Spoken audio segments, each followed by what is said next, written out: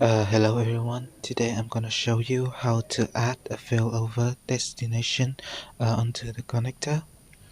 To explain about the failover destination, in this case I will use Locker. And if you add a failover destination, uh, if the first locker is not getting down, then the secondary locker will not receiving any event. But in case the first locker got down and you don't want to receive any data loss, you still want to receive the event at the time the first locker is down, then the connector will automatically send event to the secondary locker to avoid the data loss. Okay, to do it, first you need to open the runtime setup. For today, I will testing with the test alert. As you can see, this is my first locker, and this is my second one, the brand new one. I will add it as the failover destination. Okay. To do this, please open the runtime setup of the connector.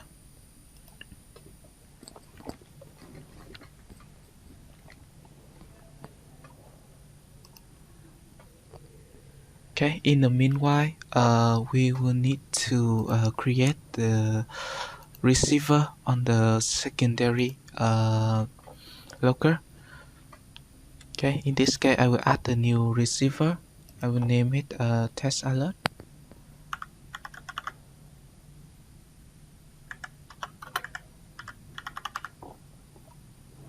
Okay, save it. Okay, now we have the test alert receiver here. Okay, go back to the connector. Here you see modify connector. Click on next. Click on add, modify, or remove destination. Okay, this is the first locker I'm using, as you can see here. Okay, for this one, click choose this first destination. Click next, and use the add a failover destination. Okay, the failover one I'm using is locker. That is why I will choose locker. This step is really similar with the step that you use to add the locker destination. Click on next. Okay, host name or IP, I will use the IP of this one, which is 10.60.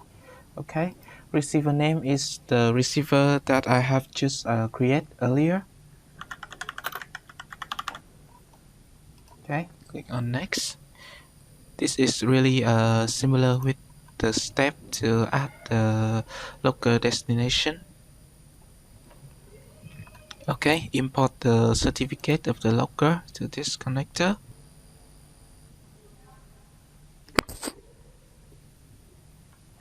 Okay, it has done importing the certificate of the locker. Okay, click on next. For this one, you can click on assist. Okay, go back to this connector. I'm sending the event to the first destination.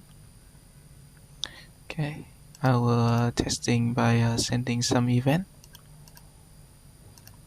I will choose 50 event per second and continue. Okay.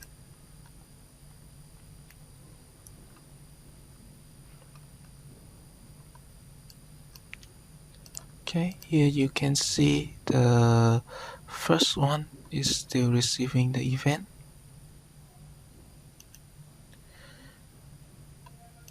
Okay, I will reload the page for you to see. Okay, here you can see the second one haven't received any event because the first one is still working fine, and Let's see if we received the new event.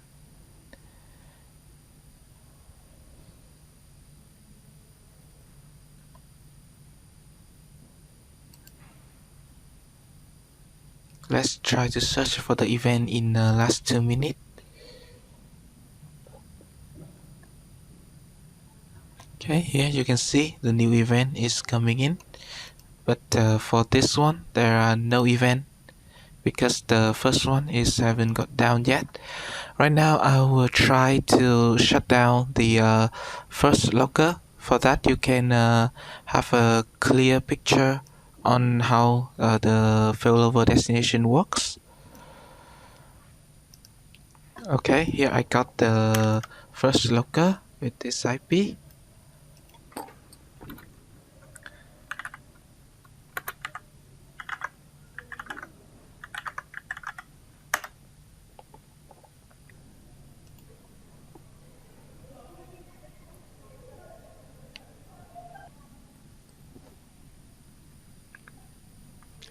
Here you can see the first locker has successfully been down.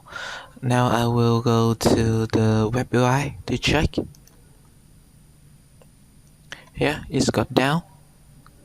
Okay, and go to the secondary locker. You will see it will start having event coming in.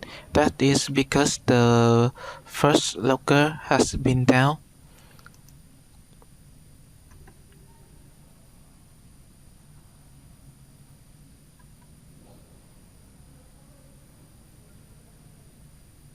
Okay, here you can see the latest log is all forward to this locker. For that you can confident that you won't have the data loss in your environment. Thank you very much for watching this video. I hope this will help you as to better understand about the failover destination and how to configure it. Thank you very much.